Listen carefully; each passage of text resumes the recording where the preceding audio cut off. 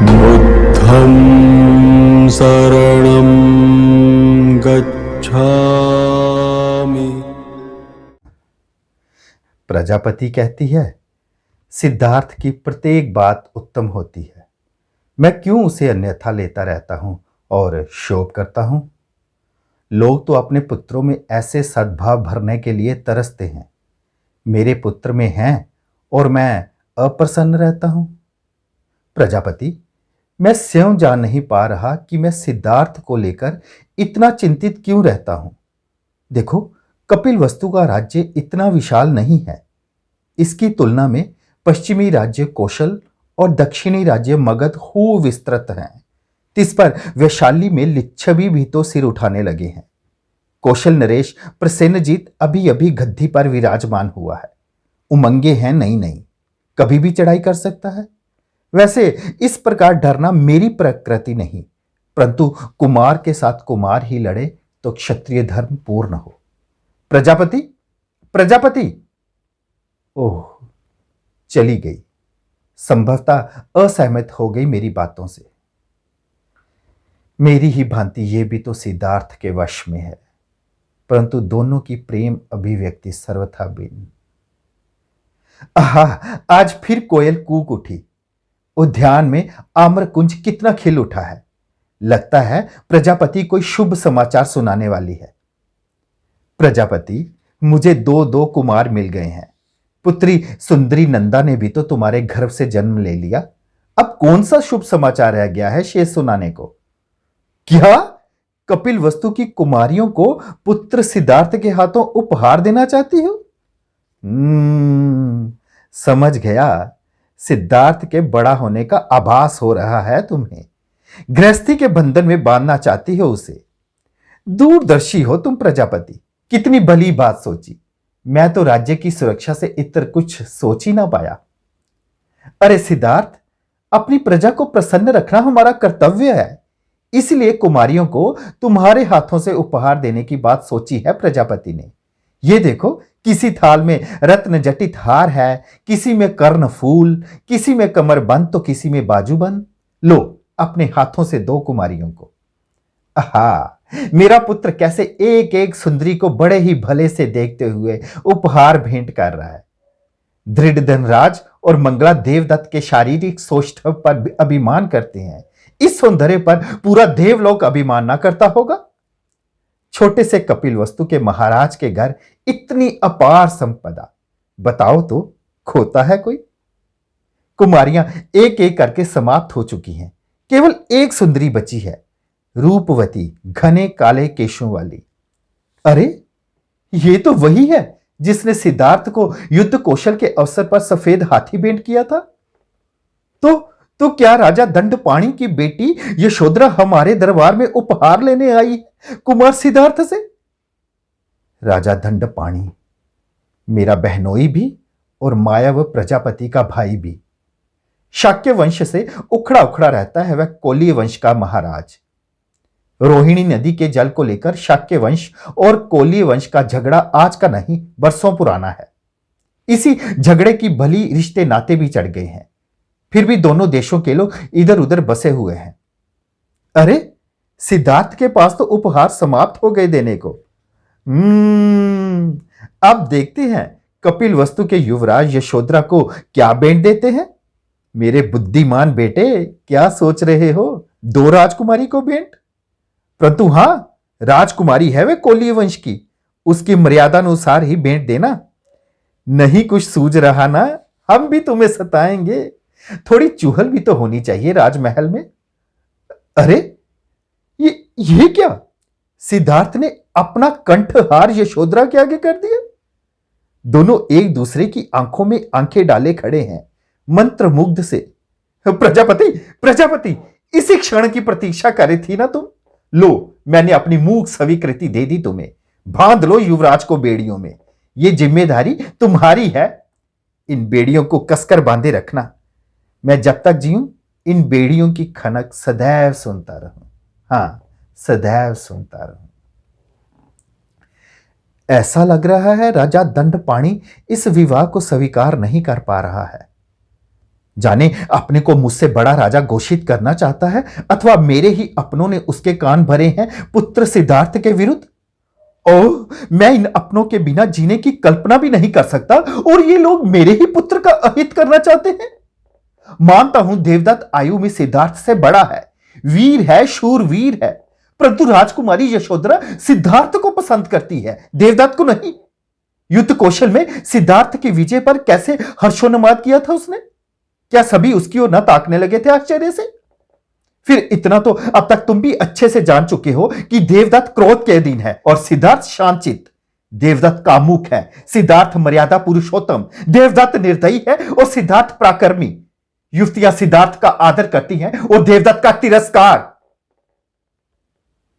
क्या दृढ़ धनराज, ये क्या कह रहे हो तुम?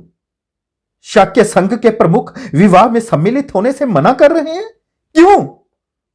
क्या? क्योंकि मैंने कौशल नरेश प्रसन्नजीत को विवाह में आमंत्रित किया? तो क्या? कभी कभी अपने हितों के लिए शत्रु को भी गले लगाना पड़ता है। फिर राजा प्रसन्नजीत पुत्र सिद्धार्थ के साथ मैत्री भाव रखते हैं। क्या? सिद्धार्थ के संघ की सभाओं में सम्मिलित ना होने पर भी क्षुब्ध हैं वे लोग? अरे वे बच्चा है, विवाह महोत्सव में डूबा है, कुछ दिवस तो आनंद भोगने दो उसे। सभाओं में भी अवश्य भाग लेगा, सारा जीवन पड़ा है। मैं स्वयं लाऊंगा उसे, आपको निराशा नहीं होगी। ओह, एक पर एक लांछन, एक पर एक अड़चने। मेरे पुत्र सिद्धार्थ के पीछे क्यों पड़ गए हैं सभी? प्रजापति, सिद्धार्थ को काला टीका लगा दो मस्तक पर। बहुत कुटिल दृष्टि है हमारे समाज की, बहुत कुटिल, हां बहुत कुटिल।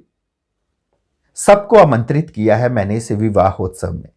क्या कौशल नरेश, क्या मगध नरेश, क्या वैशाली नरेश, तो क्या कोलिय नरेश, सभी ने मुक्त कंठ ये पावन निमंत्रण स्वीकार किया है।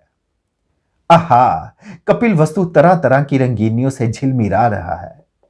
प्रजा में अनाज, वस्त्र, मिठाइयां बांटी जा रही हैं। राज प्रांगण के दास दासियां सुगंधित द्रव्य परोस रहे हैं मेहमानों को। 36 प्रकार के व्यंजन तैयार हो रहे हैं पाकशाला में। ऐसा लग रहा है मानो साकेत नगरी ही पृथ्वी पर उतर आई हो और देवतागण सर्वत्र विचर रहे हो सिद्धार्थ के अंग संग। पुत्र सिद्धार्थ प्रसन्न है, प्रजापति प्रसन्न है, मैं प्रसन्न हूं, सारा कपिल वस्तु प्रसन्न है। परंतु नहीं प्रसन्न है तो दृढ़ धनराज व उसका परिवार। देवता तो मेहमानों का स्वागत भी ऐसे कर रहा है जैसे षड्यंत्र जाल रच रहा हो। जाने किसके विरुद्ध? दासों पर अकारण हाथ भी उठा बैठा निर्लज। कम से कम आज के इस पावन दिवस पर तो उसे ऐसी धृष्टता नहीं दिखानी चाहिए थी। हंसती हुई दुल्हन बनी यशोधरा को भी घूरता सा प्रतीत हुआ वह मुझे। दृढ़ धनराज से सलाह करके अब इसका विवाह भी शीघ्र कर देना होगा। ईश्वरिया और डाह में जाने क्या क्या अहित कर बैठे ये जिद्दी युवक, और जाने किस किस का। क्या हुआ प्रजापति? इतनी प्रसन्न तो तुम पहले कभी नहीं दिखी।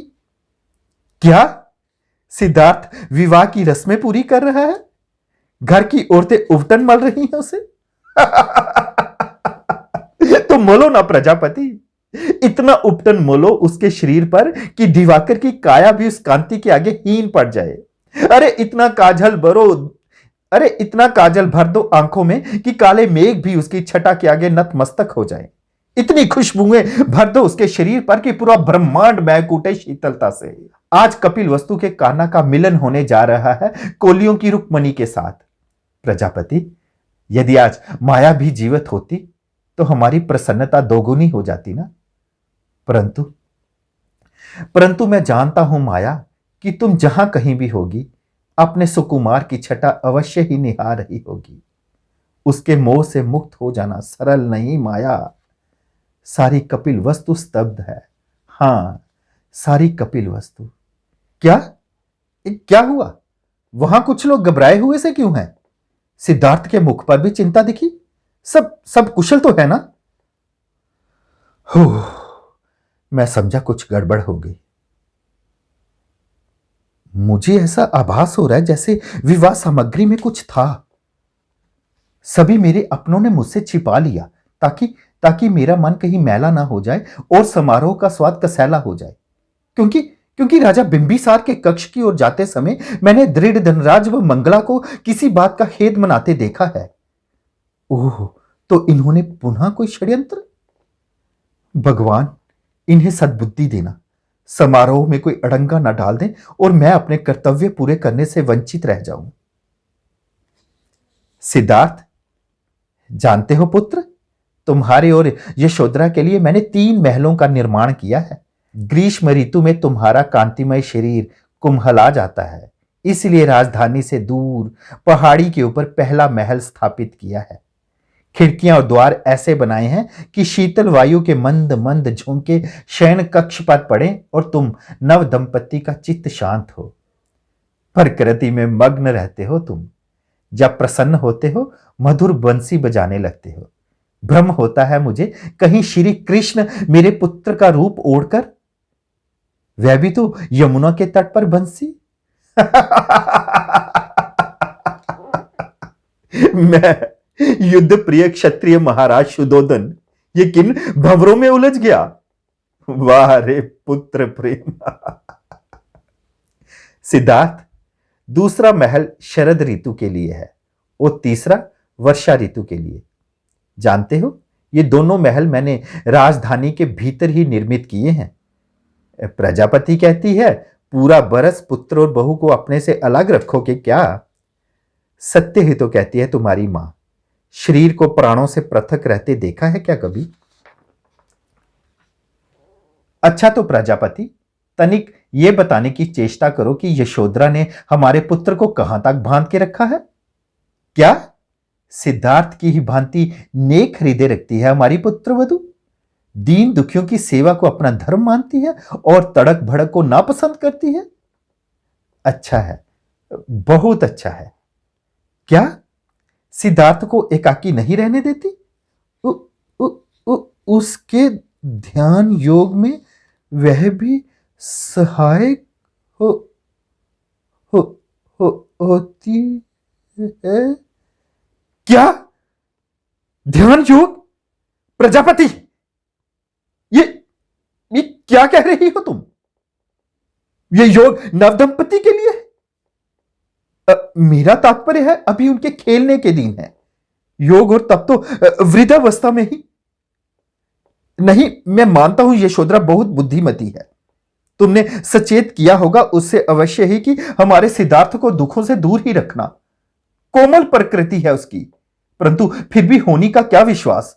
संभलना आवश्यक है सभी के हित के लिए, हमारे हित के लिए भी और यशोधरा के हित के लिए भी। माया, मैं देख रहा हूं यशोधरा सिद्धार्थ की प्रतिमूर्ति बनती जा रही है। क्या सत्य में ही जीवन साथी का चुनाव उस पारलौकिक ब्रह्मा के ग्रंथों में अंकित होता है? जैसे मेरा, तुम्हारा और प्रजापति का, वैसे ही सिद्धार्थ और यशोधरा का। आहा, कितनी शीतल पवन चली। माया, तुम अपनी मौन स्वीकृति दे रही हो ना मेरी बातों को? केवल शरीर ही नहीं है तुम्हारा यहां, शेष हर संवेदना तुम में आत्मसात होती है कपिल वस्तु की। क्यों लील लिया निर्दयी प्रकृति ने तुम्हें? क्या बिगाड़ा था हमने किसी का? क्या जानती हो, कभी कभी हृदय में एक बात आती है, क्या तुम्हारे रहते भी सिद्धार्थ जब तप के बारे में सोचता? मेरे लिए तुम क्या उसे संसाधित आकर्षणों में बांध सकती?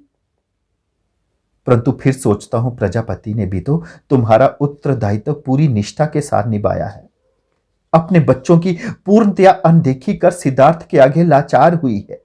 मैं कैसे उसका ऋण चुका सकता हूं माया, कैसे? सिद्धार्थ, आज मैं संतुष्ट हूं। तुम मेरे साथ दरबार की सभाओं में उपस्थित रहते हो, पूरे ध्यान से वाद विवाद सुनते हो, मंद मंद मुस्कुराते भी हो। मैं जानता हूं एक एक के हृदय को भेदने में दक्ष हो तुम, परंतु किसी के विरुद्ध बोलना शिष्टाचार नहीं मानते। सिद्धार्थ, तुम सभाओं में इतने चुप क्यों रहते हो? कोई कष्ट होता है क्या वहां?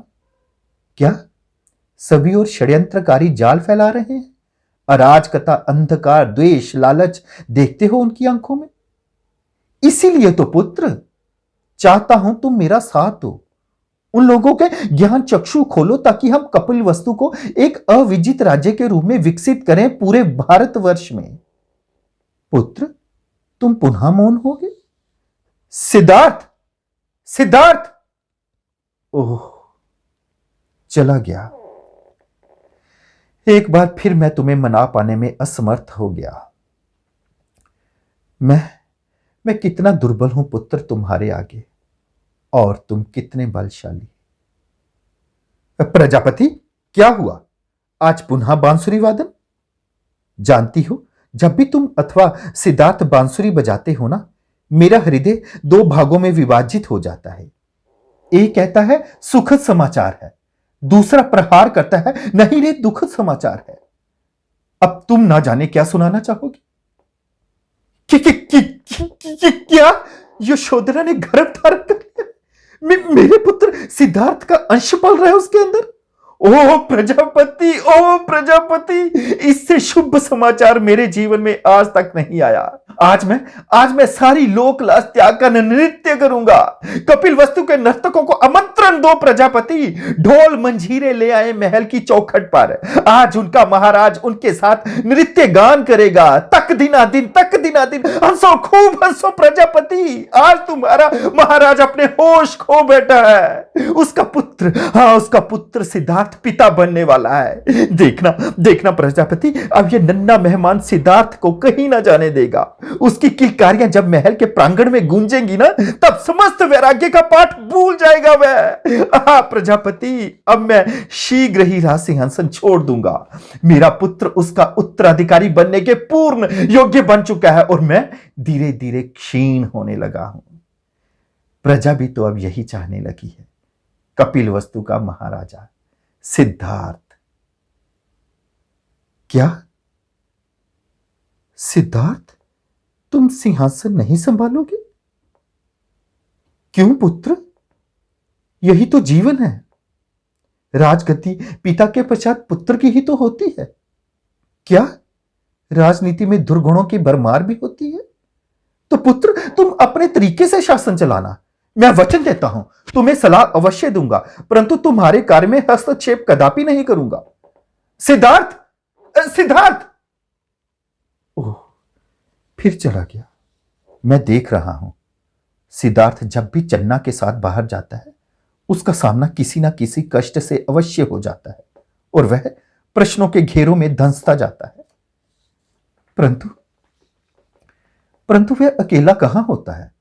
यशोधरा उसके साथ होती है, और उसने मुझे वचन दिया है कि वह सिद्धार्थ को दुखों से दूर ही रखेगी। वचन निभाया है मेरी पुत्र वधू ने अपना। सिद्धार्थ ने मेरा मान रख लिया है। कपिल वस्तु का राजा बनने की स्वीकृति दे दी है उसने।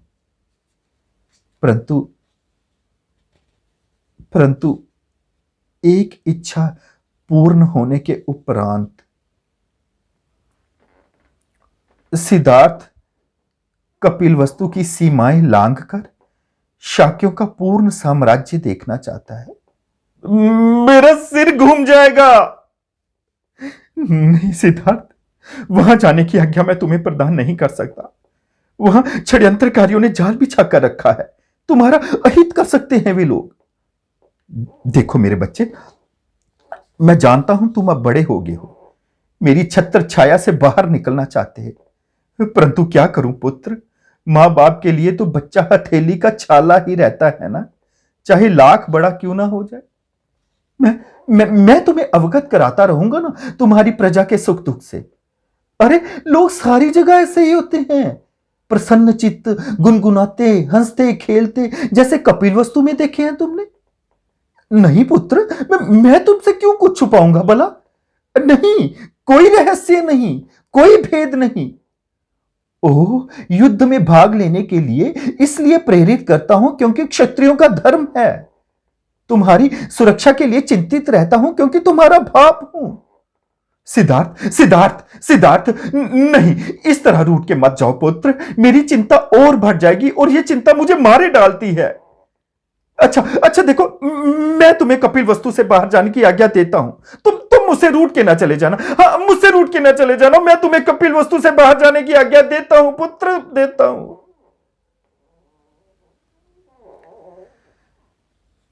आज्ञा तो मैंने दे दी, परंतु ये चित्त क्यों क्लांत हो गया मेरा।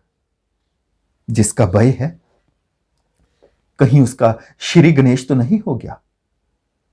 सिद्धार्थ के जन्म पर रोगियों व वृद्धों को कपिल वस्तु से बाहर बसाया था ना मैंने, एक नहीं, दो नहीं, सैकड़ों की संख्या में। तो अब किस किस को सिद्धार्थ की दृष्टि से दूर रखूंगा। प्रश्न बहुत पूछता है वह। संसार भर के दुखों का विश्लेषण कैसे कर पाऊंगा।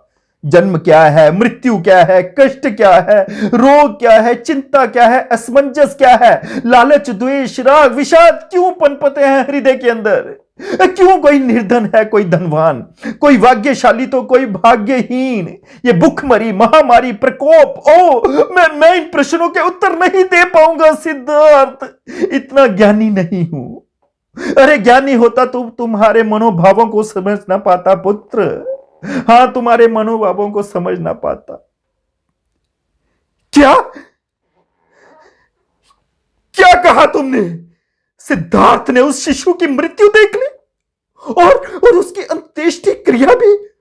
ओह, जिस बात का पर्दा बरसों तक रखा, सिद्धार्थ ने 2 दिनों में ही आवरण हटा दिया। प्रकृति तो बहुत निर्दयी है। भाई दृढ़ धनराज और उसकी पत्नी मंगला की ही तरह सिद्धार्थ के चक्षुओं में अश्रु देखना चाहते हो ना सभी। लो देखो, वे दुखों से अभिभूत जार जार अश्रु बहा रहा है। आओ तुम सब अट्टहास करो। आज तुम सबकी विजय श्री का दिवस है और मेरी पराजय का। मैं जीवन की इस पराजय पर माथा फोड़ लूंगा अपना। जहां मेरा सिद्धार्थ नहीं वहां मैं क्यों, और जहां मैं वहां मेरा पुत्र सिद्धार्थ क्यों नहीं। क्यों नहीं।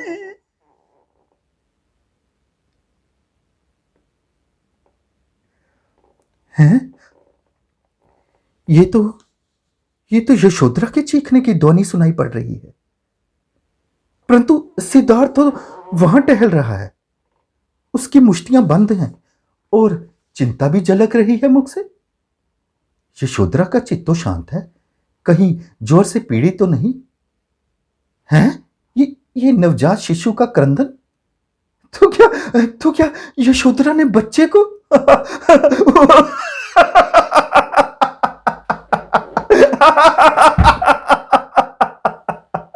मेरा पुत्र सिद्धार्थ, पिता सिद्धार्थ ने बच्चे को अपने हाथों में उठा लिया है और मेरी ओर बढ़ रहा है। मेरा पुत्र जुग जुग जियो मेरे बच्चे, जुग जुग जियो। तुम्हारी कीर्ति चारों ओर फैले, चक्रवर्ती महान राजा बनो। सिद्धार्थ देखो तो महल में पुनः चमक आ गई है। यशोधरा, प्रजापति, राजा दंडपाणी, बहन पामिता, अमृतोधन सभी कितने प्रसन्न हैं। सिद्धार्थ देखो पुत्र, हमारे महल में पुनः खुशियां लौट आई हैं। इस अवसर पर मैं एक भव्य समारोह का आयोजन करना चाहता हूं, परंतु केवल तभी जब तुम अपनी स्वीकृति दो। आज पुत्र सब तुम्हारा ही कहा मानूंगा। शाकाहारी व्यंजन कहोगे तो पाकशाला में वही बनेंगे। तुम जिसे कहोगे उसी को निमंत्रण भेजूंगा। यदि कहोगे तो मैं स्वयं भी नीचे बैठकर पत्तल में खाना खा लूंगा। पुत्र, तुम्हें रुष्ट कर दिया तो बहुत बड़ी हानि उठानी पड़ती है मुझ में सामर्थ्य नहीं उसका बोझा उठाने का। क्या प्रजापति, ये क्या कह रही हो तुम। दुस्वप्न देखा यशोधरा ने। हां, 3 दिवस पहले कपिल वस्तु की सीमा के बाहर रोग और मृत्यु से साक्षात्कार कराया था सिद्धार्थ। आज पुत्र राहुल का जन्म। मृत्यु और जन्म 2 शाश्वत सत्य जीवन के। क्या यशोधरा ने देखा मानो महल से कोई बाहर की ओर जा रहा है। वह चीखती है, चिल्लाती है, पुत्र राहुल को उठाकर भागती है, उसे रोकने का प्रयास करती है, परंतु वह निर्विकार। नहीं प्रजापति, ऐसा मत कहो। देख लिया ना तुमने सिद्धार्थ को बाहर भेजने का परिणाम। मुझे इसी बात का भय था और वही होकर रहा है। ये पिताजी कहकर किसने पुकारा। अरे सिद्धार्थ बेटा, ओह पुत्र, मैं न जाने कहां खो गया था। आओ आओ बैठो। अरे तुम्हारा हाथ बर्फ की तरह ठंडा है। तुम स्वस्थ तो हो सिद्धार्थ? क्या कुछ कहने आए हो? तो कहो ना पुत्र, मैंने सदैव तुमसे प्रश्नों की मांग की है, बेझिझक कहो। क्या कुछ चाहते हो मुझसे? हां पुत्र, मांगो मांगो ना। मेरा राज्य तो तुम्हारा है ही। यदि चाहो तो आकाश के तारे तोड़ लाऊं, पर्वतों को भेद जल की शीतल धारा बहा लाऊं, मरुस्थलों में जाकर अन्न का निर्माण कराऊं। तुम जो मांगोगे दूंगा पुत्र। बोलो, क्या इनमें से कुछ भी नहीं? तो फिर मैं क्या दूं तुम्हें सिद्धार्थ? क्या वैराग्य? नहीं नहीं सिद्धार्थ, ऐसा मत कहो, ऐसा मत कहो पुत्र। मैं सहन नहीं कर पाऊंगा, मैं कदापि सहन नहीं कर पाऊंगा। पुत्र पुत्र देखो, तुम्हें किसी ने दुख पहुंचाया है? तुम्हारे सम्मान में कोई कमी आई है? शीश धड़ से अलग कर दूंगा उस धूर्त का। क्या किसी ने दुख नहीं पहुंचाया? तो क्या फिर मुझसे रुष्ट हो पुत्र? अरे मुझ मूर्ख की बातों का बुरा मान गए? मैं तो बाप हूं पुत्र, और बाप पुत्र मोह में यदा कदा भौंरा जाते हैं। ले मुझे अपने हाथों से दंड दे पुत्र। यदि धर्म से च्युत हो गया हूं अपने, हाँ चाबुक से शक्त विशक्त करते, परंतु तुम विरागी नहीं बन सकते। देखो, तुम विरागी नहीं बन सकते। अरे पुत्र, कपिल वस्तु का ये राज प्रांगण मृत शरीरों का आवास बन जाएगा। देखो माया की मृत्यु के पश्चात मैंने और प्रजापति ने बड़ा सहेज कर तुम्हारी पालना की है। हम जल और वायु के बिना जी सकते हैं, परंतु तुम्हारे बिना कदापि नहीं। फिर पत्नी यशोधरा और पुत्र राहुल का भी तो स्मरण करो। उनको किसके सहारे छोड़कर जा रहे? देखो तुम अपने लोगों के दुखों से दुखी हो ना। मैं प्रण लेता हूं, हर किसी के दुख हर लूंगा। राजकोष का एक एक पैसा उनकी दरिद्रता उभारने में लगा दूंगा। जैसा तुम कहोगे वैसा ही करूंगा। परंतु देखो, हमें छोड़कर मत जाओ पुत्र, हमें छोड़कर मत जाओ। मैं विश्राम करता हूं बिस्तर पर। तुम जाना नहीं, सुन रहे हो ना? तुम जाना नहीं। मेरा हाथ थामे रखना, मेरा हाथ थामे रखना, मेरा हाथ थामे रखना, मेरा हाथ। बुद्धं शरणं गच्छामि।